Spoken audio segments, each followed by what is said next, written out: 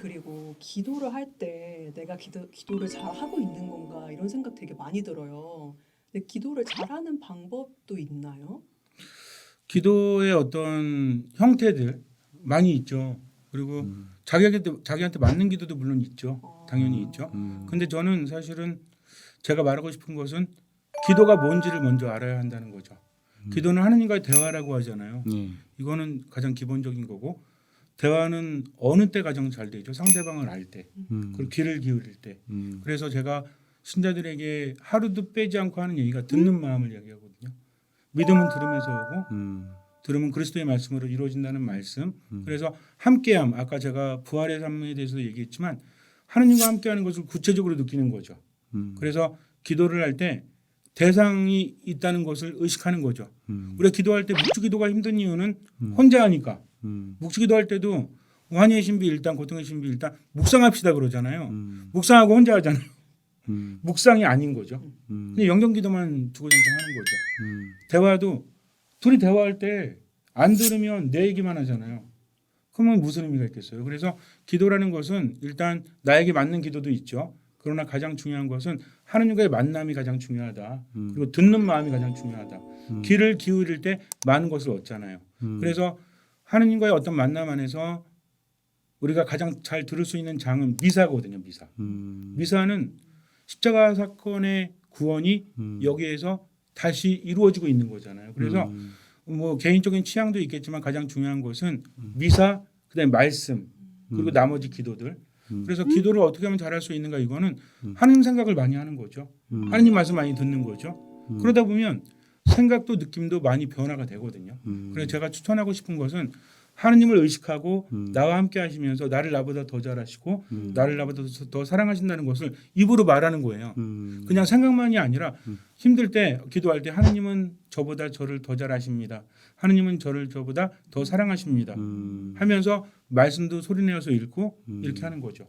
그래서 그런 방식이 그게 대상화라는 표현을 써도 될까요? 그러니까 하느님과의 만남, 그러니까 하느님의 존재를 인식하고 그렇죠. 대상화하고 그렇죠. 그리고 대화를 하는 거죠. 예. 이게 인격적인 만남이라는 게 결국은 그렇죠. 인격적인 만남이라는 게 하느님이 나와 같은 인격의 대상으로서 그렇죠. 우리와 함께 하시고 그분에게 말을 건네고 듣고 하는 그런 관계성이 이제 그렇죠. 나하고 예. 가장 잘 맞는 분이죠. 우리가 사랑하는 연인도 긴장감이 있잖아요.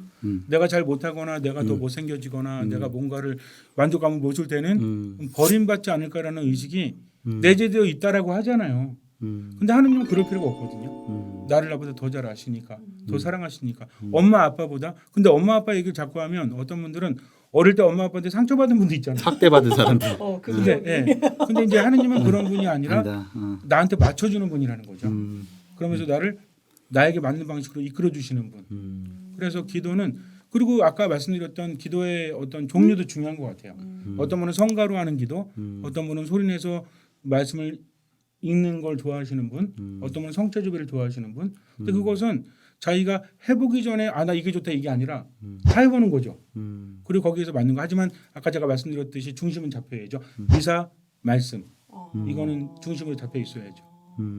신부님 그러면 실례가 안 되면은 네. 신부님이 하느님과 대화하실 때 이렇게 대화의 어떤 이렇게 모습을 좀 설명해 주실 수 있으세요?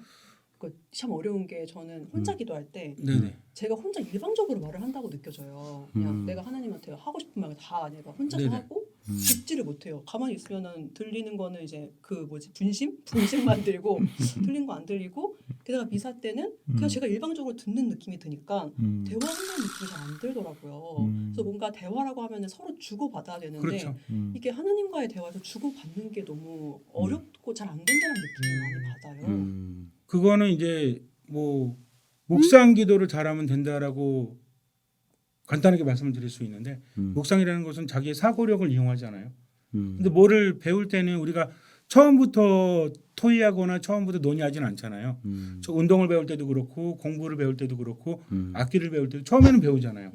알아야만 대화할 수 있잖아요. 마찬가지로 그냥 기도라는 게 하나님의 대화라고 해서 그냥 혼자 하나님 오늘 되게 힘들었고요. 하나님 오늘 되게 화가 나고요. 이게 아니라 말씀을 평상시에 많이 묵상을 하는 거죠. 미사 참여할 때도 우리가 그냥 아멘 이렇게 대답하면 신부님이 기도합시다 그러잖아요.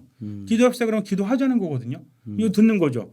사주에 혼자 기도하지만 내용을 듣는 거예요. 아 이런 내용이 있구나. 거기 단어들도 있고 흐름도 있고 그날 독서하고 복음의 흐름이 있잖아요. 주제라는 것이. 그래서 한번 읽어보는 거죠.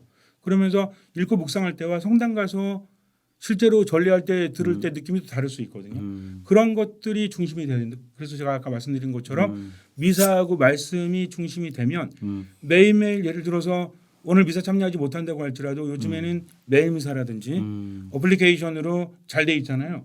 그날 독서하고 복음을 읽어보는 거예요. 그러면 그날의 대화의 주제가 저절로 생겨나는 거죠. 그리고 아까 시모님과 개인적으로 얘기할 때 행동하라고 말씀하셨는데 예수님이 사랑해라 했을 때 아니 어떻게 사랑할 수 있습니까? 라고 질문할 수 있죠. 근데 어쨌든 하느님의 말씀이니까 그분의 뜻은 인간의 뜻과 다르고 나를 나보다 더 잘 아시니까 일단 해보는 거예요. 그러면 체험이 달라지거든요. 그러니까 억지로 사랑하기 싫은 사람을 사랑해라가 아니라 일단 사랑해라. 그러면 네가 치유받고 느낌이 달라질 것이다. 라고 하면서 체험을 하는 거죠. 그래서 가장 중요한 건 미사하고 말씀을 생활하는 거. 그래야만 내가 들으면 말도 달라져요. 그래서 혼자 주절주절 거리는 것도 기도가 될 수 있겠지만 많이 들으면 기도의 내용이 달라지죠.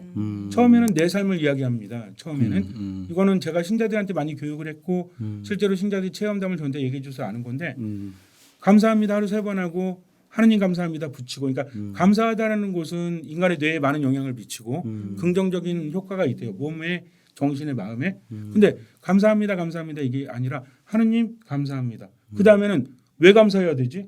감사할 걸 찾는 거죠. 자빠졌어 출근하다가 그래갖고 무릎이 뜯어졌어. 그래가지고 좀 창피하잖아요 아프고. 근데 가만히 생각해 보니까 내가 맨홀에 빠졌더라면 더 안 좋았을 수도 있었겠구나. 부러지지 않았으니까. 네, 그렇죠. 그런부터 시작하는 거죠. 물론 이게 좋은 건 아니에요. 그러니까 예를 들어서 이런 거 있잖아요.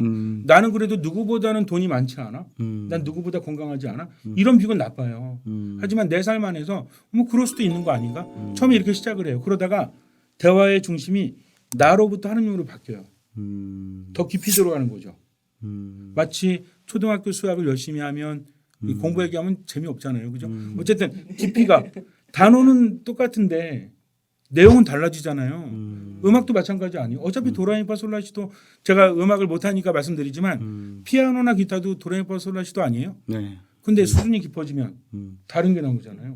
그러니까 기도도 하느님과의 대화지만 그런 것들이 중심이 되었을 때 너무 쉽게 거저먹으려고 하면 안 되죠. 세상이 쉽진 않아요. 어려운 거 있어요. 그러나 말씀 미사에 내가 충실히 머물게 되면 나중에 효과가 있어요.